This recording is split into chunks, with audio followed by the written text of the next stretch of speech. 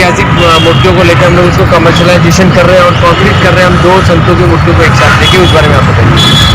आज 23 जनवरी देश गौरव नेताजी सुभाष चंद्र बोस इनकी जयंती। तुम मुझे खून दो मैं तुम्हें आज़ादी दूंगा का नारा पूरे देश को देने वाले, देश के स्वातंत्र्य में अपन मराठी में जैसे बोलते हैं, जैसा सिंहासा वाटा है देशाला स्वातंत्र्य देण्यात, ऐसे कट्टर राष्ट्रभक्त, कट्टर स्वातंत्र्य सेनानी, जिन्होंने देश में ही नहीं परंतु विदेश में भी आज़ाद हिंद सैनिक सेना की स्थापना की, ऐसे महानायक सुभाष चंद्र बोस जी की आज जयंती है। ऑल इंडिया कांग्रेस कमेटी की नेताजी सुभाष चंद्र बोस पहले राष्ट्रीय अध्यक्ष थे, मगर महात्मा गांधी जी से वैचारिक मतभेद के कारण उन्होंने ऑल इंडिया कांग्रेस कमेटी के पद का इस्तीफा दिया और ऑल इंडिया फॉरवर्ड ब्लॉक की स्थापना की।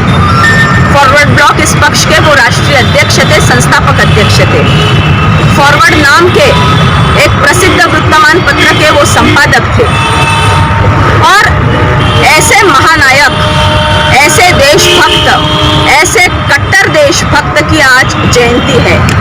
मगर दुख की बात ऐसी है कि नागपुर महानगर पालिका ने यहाँ के सुशोभितकरण की जिम्मेदारी Orient group of hotels and resort को दी है। अभी ये जो भव्यता है इस स्मारक की, ये Orient group of hotels and resort, इनके क्या पब्लिसिटी का सेंटर है ये होटल के प्रमोशन के लिए ये यहाँ पे ये बोर्ड लगा के रखे हैं। जो कुछ आपको आपके होटल का और रिसोर्ट का प्रमोशन करना है, पब्लिसिटी करनी है, रोड के बाहर, इस प्रीमाइसेस के बाहर लगाना था कारपोरेशन ने। आगे जाकर आपने देखे तो वहाँ पे कुंडियाँ रखी हुई है, गमले रखे हुए हैं पेड़ के, और वो गमलों पे भी ओरिएंट ग्रुप ऑफ होटल्स का नाम मेंशन है। उनकी पब्लिसिटी और प्रमोशन के लिए ये कुंडियाँ यहाँ पे लगाए हैं, मगर गमले में जाके देखेंगे तो एक घास की तिनका भी नहीं है। फूल का पौधा तो बहुत दूर की बात, एक घास का तिनका भी नहीं है। तो ये बहुत दुर्दैव की बात है।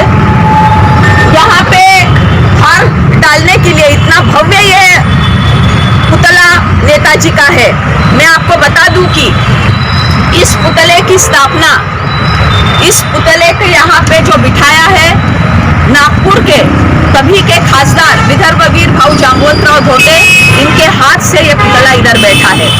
इस पुतले के अनावरण के लिए नेताजी सुभाष चंद्र बोस के बंधु भी आए थे, उनके भाई भी आए थे। ये जगह मिलिट्री की है। धोटे साहब को, विदर्भ वीर भाऊ जांबुवंतराव धोटे जी को प्रेस्टीज इशू करना पड़ा, इंदिरा गांधी से लड़ना पड़ा। ये मिलिट्री की जगह है, फिर मिलिट्री से ये जगह खींच के लाई धोटे साहब ने लड़कर, संघर्ष कर कर। तो इतनी मेहनत से, इतने संघर्ष के बाद ये प्राइम लोकेशन की ये भव्य ऐसी जगह नेताजी के स्मारक के लिए भाऊ धोटे ने खींच के लाई थी। तो उसकी भव्यता आप ये होटल के प्रमोशन करके ब्रेक करना चाहते हैं। नेताजी का सब इतिहास वहाँ पे आगे मेंशन है, दीवारों पे लिखा है, उसका सब प्रिंटिंग निकल गए हैं, पेंटिंग उस पे रहा नहीं है। कुछ इतिहास तो अभी इतिहास जमा हो जाएगा क्योंकि पूरा वो मिट गया है। इसका भी कारपोरेशन को ध्यान नहीं। यहाँ के स्थानीय आमदार कौन है, यहाँ के स्थानीय आमदार कौन है, उनका यहाँ पे ध्यान नहीं। यहाँ के सांसद क्या कर रहे हैं, वहाँ पे मोदी जी, देश के सम्माननीय पंतप्रधान जी, दिल्ली में न भूतो न भविष्य ऐसा बड़ा स्मारक नेताजी सुभाष चंद्र बोस का उन्होंने खड़ा किया। तो उनके ही पार्टी के सांसद यहाँ पे कार्यरत है, नागपुर के खासदार, ये बीजेपी के हैं गडकरी जी, वो सब ये तमाशा देख रहे हैं। इस पर उन्होंने ऑब्जेक्शन लिया नहीं। कारपोरेशन तो पूरी बीजेपी की मोनोपोली है, बीजेपी चलाती है कारपोरेशन। तो फिर गडकरी जी का इस पर ध्यान नहीं गया, इधर के स्थानिक आमदार का ये सब नौटंकी पर ध्यान नहीं गया। सुभाष भक्त की भावना आप दुखा रहे हैं। सुभाष जी के महानायक व्यक्तिमत्व पे आप किधर न किधर, जैसे मराठी में बोलते हैं, गालगोट लागत है। तो शासन ने, प्रशासन ने इसकी दखल लेनी चाहिए।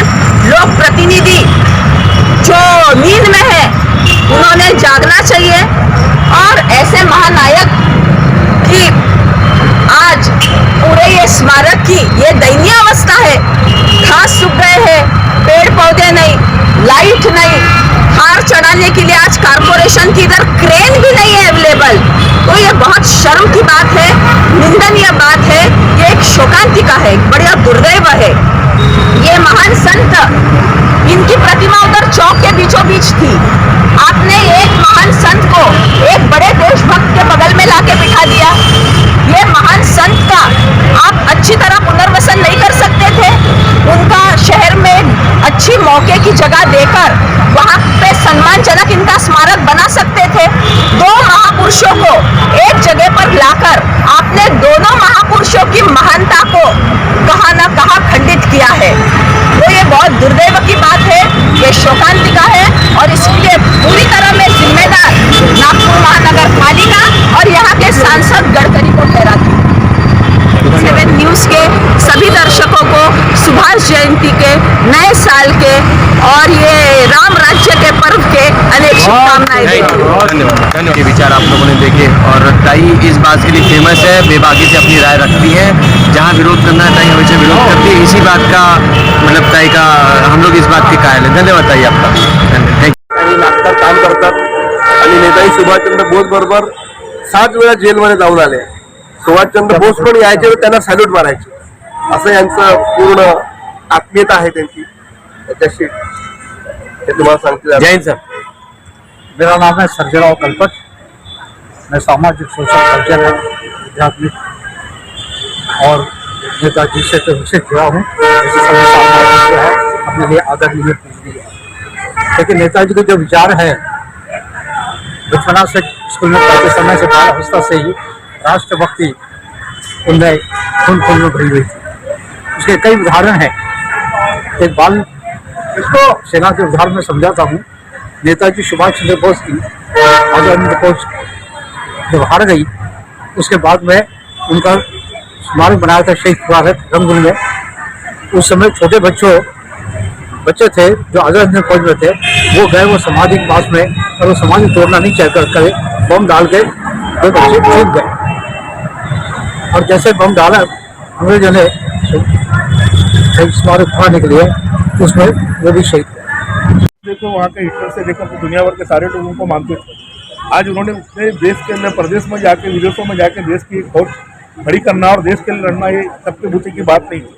अंग्रेजों की कैद से छूटना, कर अंग्रेजों को कहीं ना कहीं अपने अधीन रखना, ये उन्हीं के बूते का काम था। आज देश के लिए अपना बचपन से ही उनके मन में लड़ने की लालसा थी। इनकलाब का नारा देने वाले, जय हिंद का नारा देने वाले आज इस तरह से अगर अपने देश के बाहर जाके अपने देश के प्रति अगर लड़ाइयाँ एक स्वरूप लेते हैं और युवाओं को